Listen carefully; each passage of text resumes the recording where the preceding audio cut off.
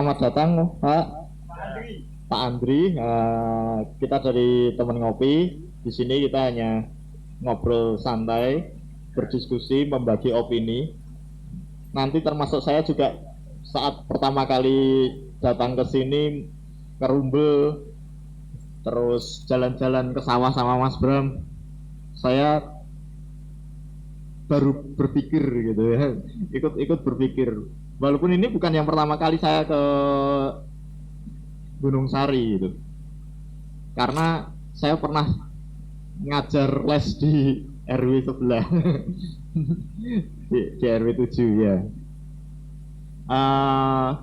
Rumbelnya itu menjadi hal yang sangat menarik pada masa pandemi ini. Kami persilahkan pada Bapak untuk menceritakan tentang Rumbel itu.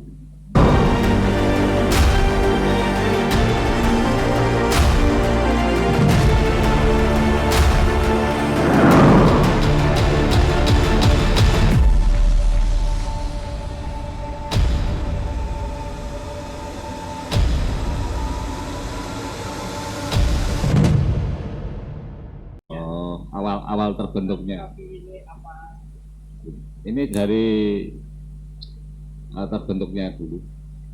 Sebelum terbentuknya dulu, kita dari teman-teman relawan itu, ini kan gara-gara ada COVID, dari teman-teman semua ada inisiatif bagaimana caranya untuk membantu masyarakat sekitar, kan gitu. Nah, dari masyarakat sekitar itu, waktu itu hari raya, teman-teman yang punya jiwa sosial yang tinggi, nah itu setiap tamu yang datang waktu hari raya itu kan ditembak-tembak itu. Jadi setiap masuk diukur suhunya, kalau sudah disuruhkan masuk, itu ada juga yang suhunya di atas 38 pernah, terus disuruh balik, itu Pak RW ya dulu ya, pernah juga. Setelah itu hari raya selesai, nah itu dari pemerintah sudah mengumumkan istilahnya new normal. Ini cerita dulu ya, terbentuknya begitu. Setelah begitu saya punya teman di Punggur Sari juga. Di sana itu ada lumbung pangan. Nah, dari lumbung pangan itu dari teman-teman kita berembuk bagaimana kalau kita etok-etoknya tiru-tiru gitu, tapi kita harus mandiri, jadi tidak mengharapkan bagaimana dari manapun. Terus dari relawan-relawan itu terus ada ide-ide sampai mengumpulkan sampah juga, terus malah masyarakat yang peduli mengasih pakaian bekas layak pakai, terus kita jual. Alhamdulillah sampai mengumpul banyak. Nah, akhir cerita, oh ya itu sebelum new normal sebetulnya. Nah, terus akhirnya new normal berjalan, pengumuman itu lumbungnya kita hentikan. Nah, itu lumbung itu kan mengambil secukupnya, bayar seikhlasnya, intinya gitu. Nah, sesudah itu kan sudah tidak ada kegiatan lagi lumbungnya. Ada teman kita relawan satu namanya Pak Inggih. Pak Inggih ya Pak, yang punya ide untuk membuat rumbel. Jadi mengintip di internet, katanya di Jogja atau di mana gitu. Oh ini kok ada potensi bagus untuk membantu masyarakat, anak-anak terutama sekolah. Terus kita berdirikan namanya rumbel itu. Setelah berdiskusi panjang lebar, karena kan ada yang setuju ada yang enggak juga begitu. Istilahnya kan nanti itu kan kita kan namanya kan legan golek momongan, golek gawean gitu. Tapi kan kita mesti ikhlas juga. Terus akhirnya dari kita dapat bantuan itu ada, kita sudah mengumpulkan uang masih sisa, terus kita alokasikan untuk rumbel. Itu awal berdirinya rumbel. Jadi tujuannya itu kan untuk membantu anak-anak yang sudah sekolahnya itu intinya kan daring. Berdasarkan daring itu kan yang pengalaman yang saya dapati, murid itu kalau ngajar anak nggak ada PRW kita bisa bikin pusing gitu. Uang pelajaran SD kok seperti pelajaran SMP. Habis otaknya sudah tidak nyampe. Mungkin habis mikir butuh, mikir nyekolahi anak, wis nyandak otaknya, Pak. Terus akhirnya kita berdiskusi itu, tujuannya kita begitu. Akhirnya itu kan Rumbel kan cuma mendampingi anak-anak sekolah. Maksudnya mendampingi itu kan biar anak-anak kalau dapat PR kita juga mendampingi, yang tidak bisa mengerjakan bisa tanya ke mentornya. Wah ceritanya itu panjang, sampai nyari mentor-mentor ya susah. Pak RW juga tahu nyari mentor, mengumpulkan anak-anak supaya mau anak-anak itu jadi guru ya kita susah. Oh itu kan ya jadi mentor ya tidak bayaran, kan bingung. Nah, akhirnya pokoknya kita kasih motivasi. Yang penting kan nanti tetap dapat pengalaman juga seperti sekolah.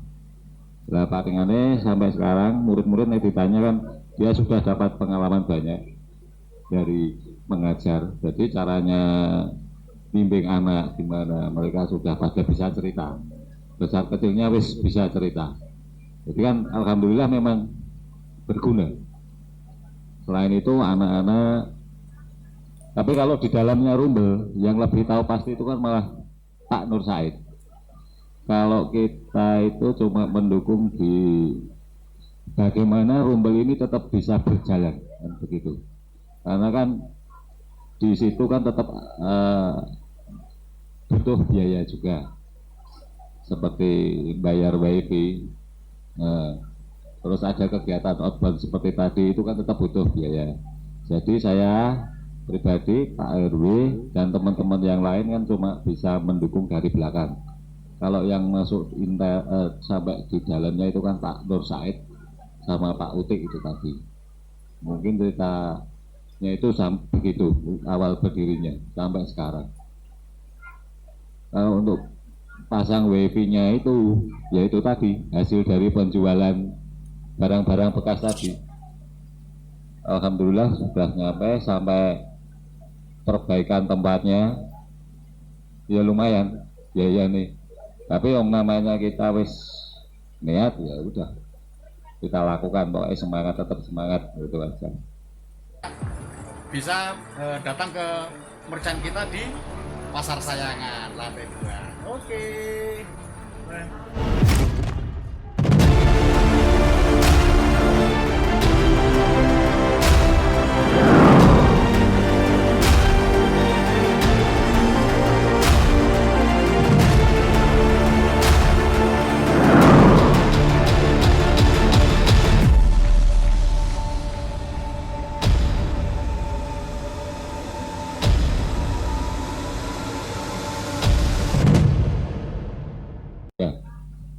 Harapan kita dari relawan-relawan ya Pak, melihat kita sempat juga ikut aktif awal-awal mula kita berdirinya Rumbel, tapi dengan berjalannya waktu saya sama Pak RW itu kan kabutan ini proyek IPAL ini, jadi tidak bisa mengikuti kegiatan di Rumbel. Pada waktu itu kan melihat kegiatan hari-hariannya murid itu kan kalau dapat tugas istilahnya PR dari sekolah itu kan datangnya siang. Nah, untuk mengantisipasi itu biar anak-anak tidak banyak yang gojek istilahnya kan begitu. Harapan kita itu paling enggak itu ada mengurangi untuk kegiatan itunya, itu ada buku-buku seperti bacaan atau apa-apa. Jadi harapan kita kan anak-anak bisa belajar membaca, enggak bikin ribut di sekolahan gitu, murid-murid dikandani gurunya juga lebih mudah. Harapan kita mungkin gitu, dapat bantuan dari buku-buku atau apa-apa gitu buat bacaan, mungkin gitu aja. lain-lainnya. Oke, terima kasih banyak. Ini benar-benar berdaya guna. Jadi tidak hanya sekedar berbagi pikiran, tetapi berbuat itu kayak yang disampaikan Pak Lurah. Kalau pinter tapi tidak dikerjakan ya akan kalah sama yang tekun gitu. Orang yang lebih tekun akan lebih bisa melejit gitu. Nah, terima kasih. Jadi memang acara kita hanya sekedar berbagi opini, berbagi kopi, berbagi cerita dan harapan. Semoga nanti ada yang mendengarkan, karena teman ngopi kemarin diresmikan oleh Pak Ketua DPRD langsung, dan dari Dinas Koperasi UKM juga ikut meresmikan. Karena gerakan kita nanti akan banyak sekali. Untuk semoga teman ngopi juga tetap berdaya guna untuk masyarakat sekitar. Jadi terima kasih banyak buat teman-teman ngopi. Hai kawan, apa kabar? Sebuah pemikiran, sebuah ide, gagasan itu akan benar-benar bermanfaat apabila kita tetap menjalankannya, bukan hanya sekedar ditimbun di dalam otak. Sedangkan mengolok-olok itu akan menghabiskan ide kreatif kita yang baik. Saat kita membicarakan keburukan yang lain, itu akan mengurangi kita untuk berpikir hal yang positif untuk sekitar kita. Oleh karena itu, mari di dalam teman ngopi bersama-sama kita mencoba memikirkan yang positif, keluarkan itu dengan positif, sehingga apa yang kita kerjakan berdampak bagi lingkungan kita. Untuk selanjutnya kami serahkan kepada MC-nya ya, pembawa acara. Monggo Mas Bram untuk menutup acara ini.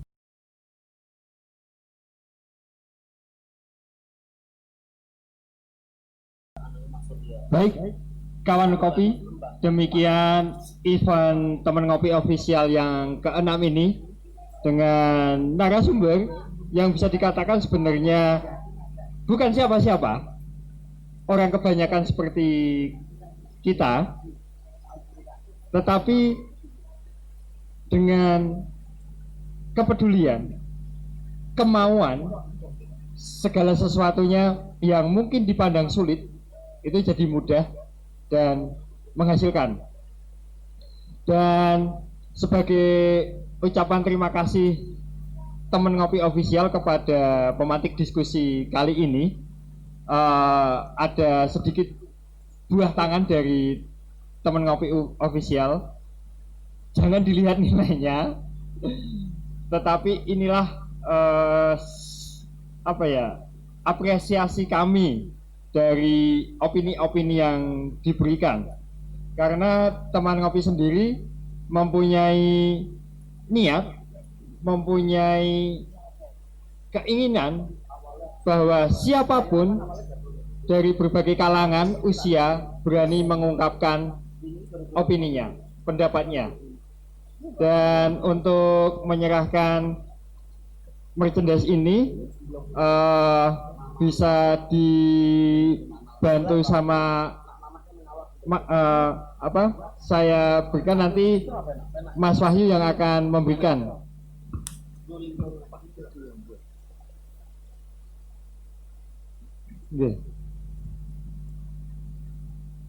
Sebagai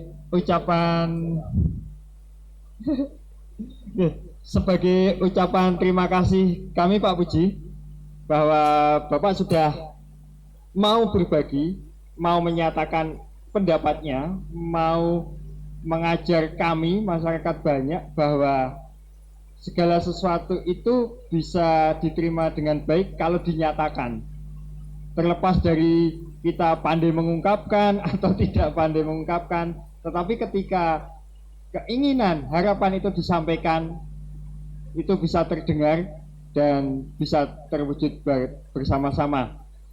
Ini sedikit dari kami yang akan diserahkan Mas Wahyu, Pak. Semoga menjadi kenang-kenangan yang berkenan dan selalu mengingatkan kepada teman ngopi Pak, kalau memang ada hal-hal yang perlu kami bantu di kemudian hari, dengan kemampuan kami, relasi kami siap membantu juga. Nggih. Ya. Dan kemudian yang kedua ke Pak Andri. Nggih.